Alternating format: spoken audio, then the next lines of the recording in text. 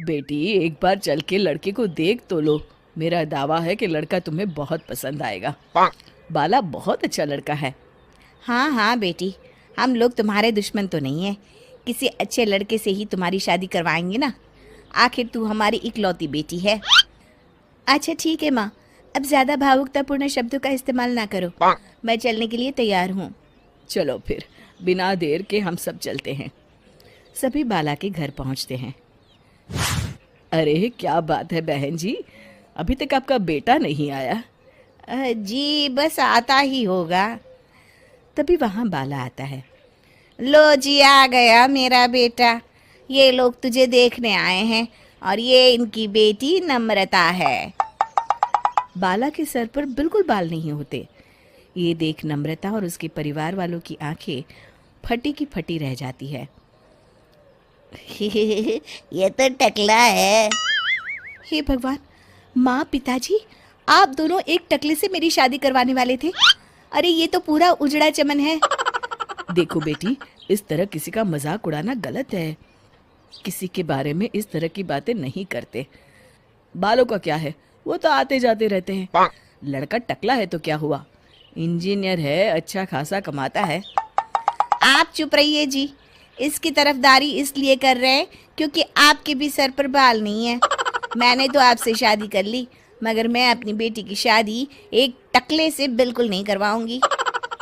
अरे ये क्या, कब से आप लोगों ने टकला टकला लगा रखा है? और माफ करना, तुम भी कोई हूर की परी नहीं हो। तुम लोग मेरे घर में आकर मेरी ही बेइज्जती कर रहे हो। निकल जाओ यहाँ से।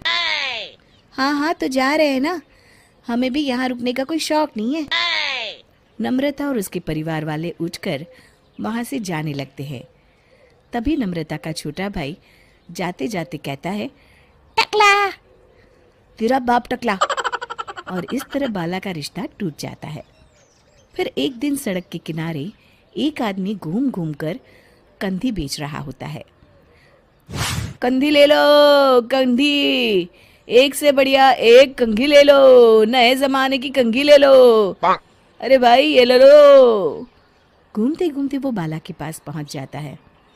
अरे भाई साहब, कंधी लोगे क्या? ये लो। तभी उसकी नजर बाला के सर के ऊपर पड़ती है। अरे माफ करना भाई साहब, आप इसे लेकर क्या करोगे? आपके सर पर तो बाल ही नहीं है। आपका तो स्टेडियम पूरा खाली है। चलता हूँ। कंधी ले लो, कंधी ले लो। कंधी वाले की बातें सुनकर बाला को बुरा लगता है। उस समय बाला को ऐसा महसूस होता है कि उसके लिए दुनिया में सबसे कीमती कोई चीज़ अगर है तो वो सिर्फ बाल है। बाला सड़क पर चलते हुए लोगों के बाल बड़े गौर से दिखता है। चलते चलते बाला एक मंदिर के पास पहुंच जाता है। हे भगवान, तुमने ये मेरे साथ क्या किया? थोड़े से बाल अगर मुझे दे देते तो तुम्हारा क्या चला जाता? सारी दुनिया मेरा मजाक उड़ाती है। अरे भाई, आज पहला इंसान देख रहा हूँ जो मंदिर आकर भगवान से अपने लिए बाल मांग रहा है। बेटा, भगवान ने तुम्हें सब कुछ तो दिया है। अच्छी सेहत है, अच्छी नौकरी है। लगता है तुम्हारी तबीयत ठीक नहीं है। घर जाओ, सब ठीक हो जाएगा। बाला वहाँ से चला जाता है। घर पहुंचकर बाला खाना खाता है और अपने कमरे में सोने के लिए चला जाता है। फिर सुबह जब बाला सोकर उठता है तो आईने के सामने अपने आप को देखकर हैरान हो जाता है। बाला के सर पर एकदम घने बाल आ जाते हैं। बाला खुशी से झूम उठता है।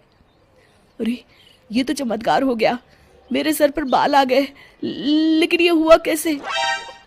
दोस्तों, अगर आप इस कहानी का दूसरा भाग देखना चाहते हैं तो हमें कमेंट करके ज़रूर बताएं।